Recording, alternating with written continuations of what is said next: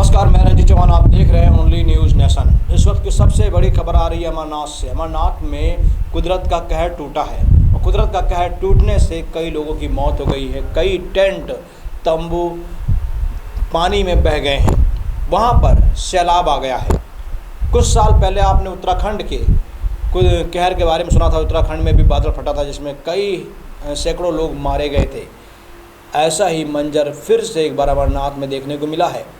अमरनाथ में अभी श्रद्धालुओं की जो मौत का आंकड़ा आ रहा है वो हम अभी आपको वीडियो में दिखाएंगे, क्योंकि ये मौत दुखद मौत है।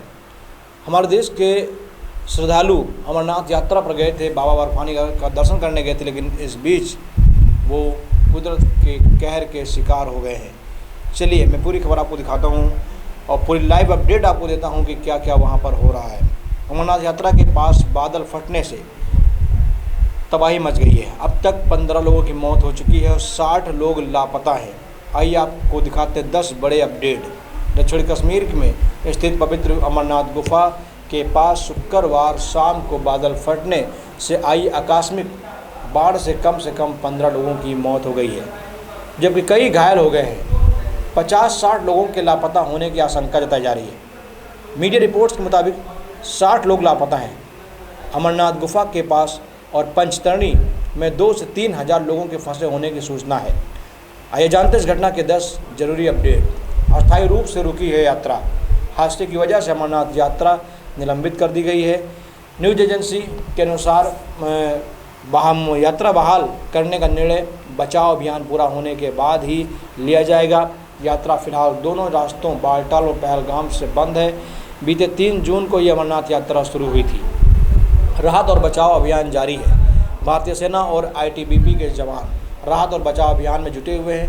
पुलिस और राष्ट्रीय आपदा मोचन बल एनडीआरएफ के कर्मी भी बचाव अभियान में लगे हुए हैं। अमरनाथ गुफा के पास और पंचतड़ी में 2 से 3 हज़ार लोगों के फंसे होने की सूचना भी है। हेल्पलाइन नंबर भी जारी किया गया है। जम्मू कश्मीर प्रशासन ने शुक्रवार को अमरनाथ यात्रा के लिए हेल्पलाइन प्रस्थापित की है। उपराज्यपाल प्रशासन और श्री अमरनाथ श्राइन बोर्ड ने 4 टेलीफोन नंबर जारी किए हैं जिस पर संपर्क कर लोग जानकारी प्राप्त कर सकते हैं। श्राइन बोर्ड ने ट्वीट किया कि अमरनाथ यात्रा के लिए हेल्पलाइन नंबर NDRF 01123438252 वहीं 011 एक नंबर और जारी किया है 01123438253। कश्मीर डिविजनल हेल्पलाइन का नंबर भी जारी हुआ है 019424962440। वहीं श्राइन बोर्ड हेल्पलाइन नंबर जारी हुआ है 019423131149। तीर्थयात्रियों का नया जत्था रवाना किया जाएगा। जम्मू से यात्रियों को जाने दिया जा रहा है, लेकिन बालटाल से आगे यात्रा बंद है। इस बीच जम्मू बेस कैंप से अमरनाथ तीर्थयात्रियों का एक नया जत्था रवाना हुआ है। एक यात्री ने बताया कि हमें अब यात्रा के लिए आगे जाने दे रहे हैं। सभी तरह की सुविधाएं दी जा रही हैं। हमें बहुत अच्छा लग रहा है। बाबा सबकी रक्षा करेंगे। जो कल प्राकृतिक आपदा आई थी उसको लेकर दुख है, लेकिन बाबा बर्फानी सबकी रक्षा करेंगे और दर्शन देंगे। प्रत्यक्षदर्शी ने बताया कि क्या हुआ था। अमरनाथ की पवित्र गुफा से सोनबर्ग में बालटाल आधार शिविर पहुंचे एक तीर्थयात्री ने बताया कि वहां भगदड़ जैसी स्थिति हो गई, लेकिन सेना ने बहुत सहयोग किया। कई पंडाल पानी के कारण बह गए। स्वास्थ्य सेवा निदेशालय ने भी छुट्टियां कैंसिल कर दी हैं। स्वास्थ्य सेवा निदेशालय कश्मीर ने कर्मचारियों के सभी अवकाश नियमित संवेदनात्मक रद्द कर दिए हैं। उन्हें तुरंत ड्यूटी पर रिपोर्ट करने का निर्देश दिया है। सभी अधिकारियों को अपने मोबाइल स्विच ऑन रखने के निर्देश दिए गए हैं। अस्थायी अस्पताल बनाए गए। बचाव अभियान में लगाए गए हेलीकॉप्टर। न्यूज़ एजेंसी PTI के मुताबिक अधिकारियों ने कहा कि घायलों की सहायता के लिए सोनमर्ग एवं अन्य स्थानों पर अस्थायी अस्पताल बनाए गए हैं।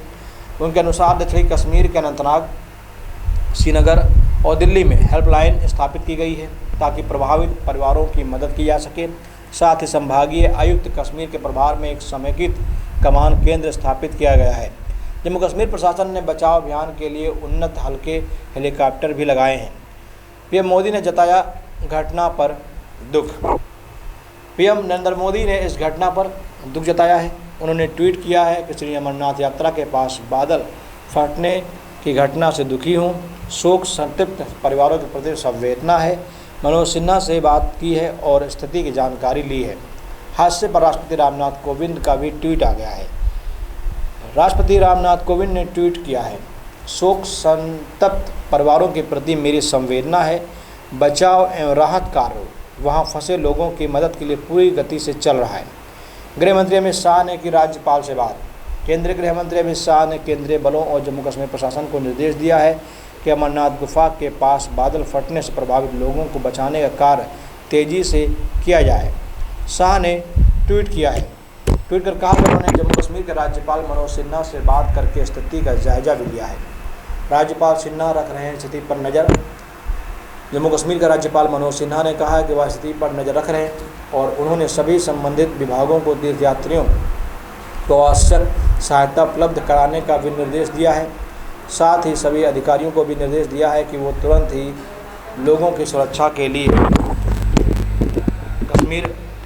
कश्मीर में एक्टिव रहें। कोई भी अधिकारी का फ़ोन बंद नहीं होना चाहिए, कोई भी अधिकारी का फ़ोन स्विच ऑफ नहीं होना चाहिए। किसी भी अधिकारी के पास कभी भी फ़ोन आ सकता है, क्योंकि जो स्थिति इस समय अमरनाथ में हुई है वो स्थिति बहुत ही भयानक हुई है।